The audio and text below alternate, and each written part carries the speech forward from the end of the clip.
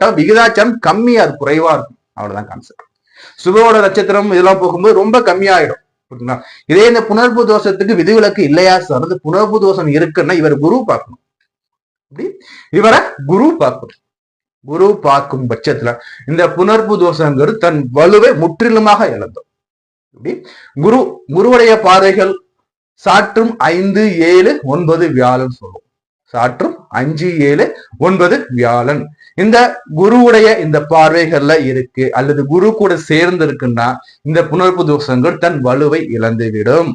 இந்த புணர்வு தோஷங்கள் இது மட்டும் தான் செய்யுமானா சார்? இது மட்டும் இல்லைங்க. உடல்ல பாத்தீங்கன்னா உடல் வளர்ச்சி அப்டவுல இருக்கும். அதே மாதிரி பேச்சாற்றலுங்கிறது அந்த அளவு இருக்காது. மனசுக்குள்ள ஒரு பயம் இருக்கும், படபடப்பு இருந்துகிட்டே இருக்கும். நல்லா பாருங்க, யாருக்கெல்லாம் ராசி சந்திரன் கூட சனி சேர்ந்து உட்கார்ந்துருக்காரோ சார், ராசிலேயே சனி சார், புணர்வு தோஷம் சார். இந்த புணர்வு தோஷத்துக்கெல்லாம் ஒரு விகிதம் இல்லையா சார்? டிகிரி சொல்றாங்க 10 டிகிரி 15 டிகிரி சொல்றாங்கன்னா 10 டிகிரிக்குள்ள இருக்குன்னா புணர்வு தோஷம் இருக்கு. ஆனா இதே இது 5 டிகிரிக்குள்ள வந்துட்டுனா உங்களுக்கு 80% புணர்வு தோஷம் இருக்கு. கம்பல்சரி புணர்வு தோஷத்துக்குள்ள வந்துடுறீங்க. இஸ் டேஞ்சர் சூன்ல இருக்கீங்க. எப்பவுமே புணர்வு தோஷத்துக்குள்ள இருக்கீங்க. 5 டிகிரி இல்ல சார், எனக்கு 3 டிகிரிக்குள்ள வந்துட்டு சார்னா 100% எஃபெக்டிவ்னஸ் அதிகம். எப்படி எடுத்துக்கணும்? 10 டிகிரிக்குள்ள இருக்கு. அதாவது எப்படின்னா இப்ப பாத்தீங்கன்னா ஒரு 8ல இருந்து 10 இருக்குன்னு வச்சுக்கலாம், புணர்வு தோஷம் இருக்குங்க. கேர்ஃபுல்லா இருந்துக்கோங்க. இதே 5 டிகிரிக்குள்ள இருக்கு, ஒரு 3, 4, 5ன்னு வச்சுக்கோங்களேன். என்ன பண்ணலாம்? புணர்வு தோஷம் இருக்கு, வழிபாடுகள்லாம் பண்ணணும், பூஜை பண்ணணும், பத்திரமா சேஃபா இருந்துக்கணும். Very danger.